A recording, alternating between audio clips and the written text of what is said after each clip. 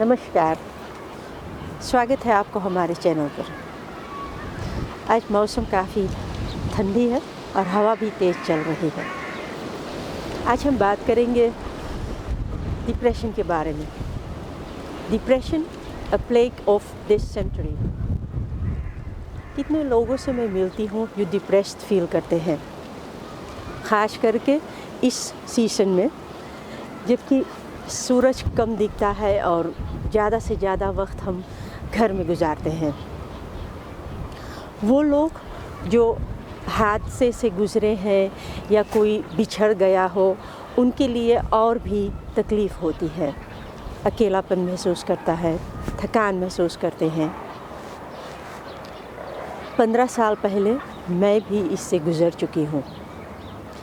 उन दिनों शायद मुझे ये महीनों से था, लेकिन ये तब मुझे मालूम हुआ जब मेरी लेफ़्ट हैंड को टेनिस आरंभ हुआ।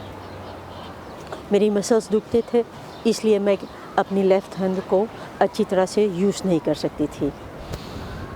मैं कंप्यूटर पर काम नहीं कर पाती थी। तब मुझे काम बंद करना पड़ा। मैं कुछ दिनों के लिए घर पर थी। मेरे हस्बैंड और बच्चे सुबह निकल जाते थे और मैं अकेली घर पर थी।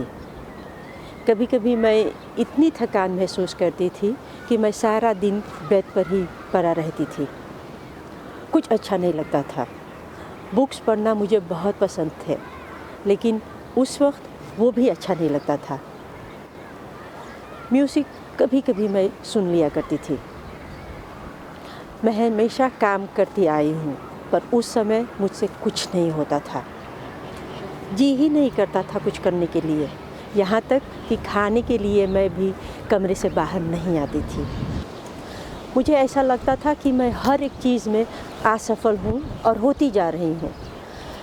मुझे सिर्फ उन चीज़ों दिखाई देती थी जो मैं नहीं कर सकती थी या जो मुझसे उस वक्त नहीं होता था। घर की सफाई भी करने को अच्छा नहीं लगता था। मुझे अच्छा नहीं दिखता था कि घर साफ़ नहीं है, लेकिन मुझ में हिम्मत नहीं थी कि मैं उठ करके साफ़ करूं। सारा काम मेरा हस्बैंड और मेरे बच्चे करते थे।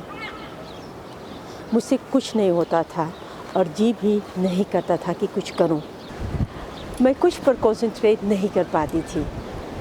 मैं उन दिनों बहुत जल्दी चीज़ों को भूल जाती थी।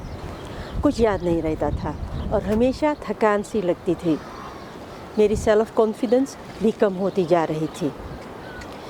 मेरे अपने डॉक्टर और काम का जो डॉक्टर होता है, उन दोनों ने डायग्नोसिस किया कि मुझे डिप्रेशन है और मुझे दवा लेनी चाहिए। मैंने दवा लेने से इनकार कर दिया। मैं वैसे ही दवा खाना पसंद नहीं करती हूँ। जब और कोई रास्ता नहीं होती है तो कभी कभी लेना पड़ता है, लेकिन एंटी डिप्रेशन मुझे बिल्कुल नहीं लेना था। काम का जो डॉक्टर था मुझे धमकाया कि मेरी नौकरी जा सकती है। मैंने कहा ठीक है, तो हम कोर्ट में चलेंगे, लेकिन मुझे इस दवा खाने के लिए तुम मजबूर नहीं कर सकते हो। फिर 2-3 दिन बाद हम साथ बैठे और एक अलग उपचार की। वो थी कि मैं ट्रीटमेंट के लिए एक साइकोलॉजिस्ट और एक फिजियोथेरेपिस्ट के पास जाऊं।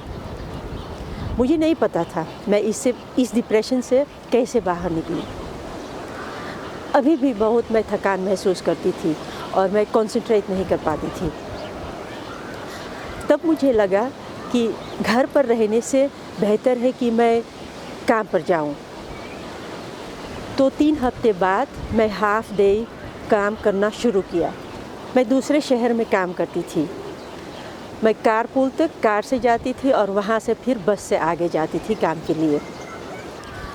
एक दिन मैं बस में जा रही थी तो मैंने नोटिस किया कि मैं मंत्रा रिसाइट कर रही हूँ, और ये शायद मैं पिछले कई दिनों से कर रही थी, पर मैंने नोटिस नहीं किया।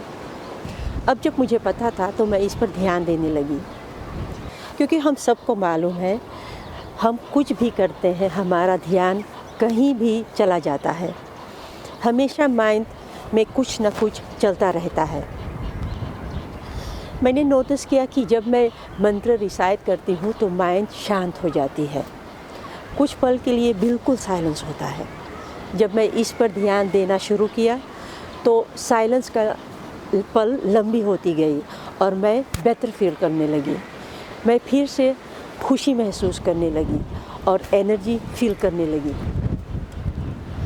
तब मैं हफ्ते में 3 या 4 बार वॉक पर भी जाती थी।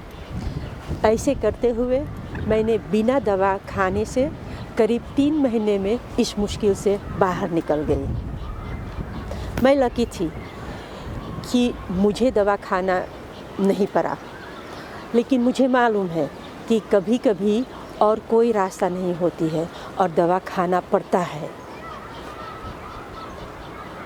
बाद में मैंने कुछ आर्टिकल्स पढ़े डिप्रेशन के बारे में, जो मुझे समझ में आई डिप्रेशन के बारे में, वो मैं आपसे शेयर करती हूँ। ये एक तराजू की तरह है।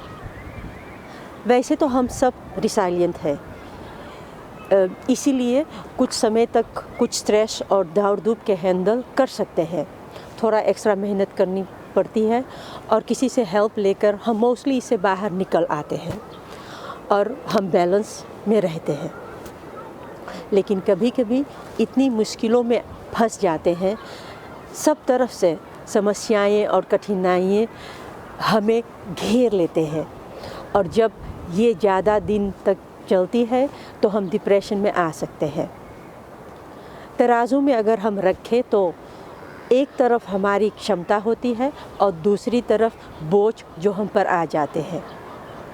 बोझ अगर हम कहें तो इसका लिस्ट काफ़ी लंबी हो सकती है, जैसे कि बीमारी, कम सोना या नींद पूरी ना होना, कोई अपना जो बीमार हो, काम पर दबाव या काम ना होने की चिंता, रिश्ते का समस्या या एक रिश्ता टूटना, किसी नए घर और नए जगह पर जाकर रहना, स्कूल में एग्ज़ाम्स, फाइनेंशियल समस्याएं, कोई बिछड़ जाए, लिस्ट बहुत लंबी हो सकती है।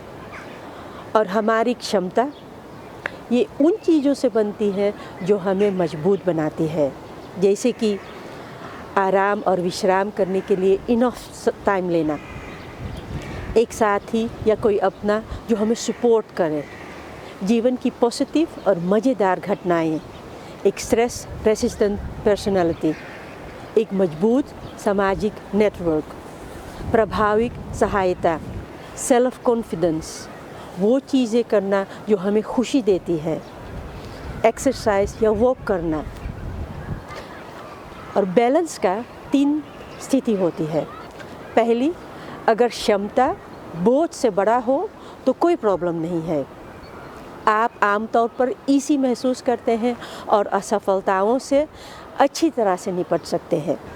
दूसरा, अगर बोझ क्षमता से भारी हो तो ये थोड़ी समय के लिए चलेगा, लेकिन जब ये लंबी समय तक रहता है तो मुश्किल हो सकती है। इसके लिए बाहर से मदद ढूंढनी पड़ती है फिर से बैलेंस में आने के लिए। सबसे अच्छा स्थिति है कि बोझ और क्षमता बराबर होनी होती है, तो आदमी पूरी बैलेंस में होती है। आप अपने जीवन में किस तरह से अपनी बैलेंस को बनाए रखते हैं, लिखिए अपना कमेंट यहाँ नीचे। और अगर वीडियो आपको पसंद आया हो तो इसको ज़रूर शेयर करें अपने दोस्तों के साथ और हमारे चैनल पर सब्सक्राइब करें। मिलते हैं अगले वीडियो में। Stay strong, be happy. नमस्कार।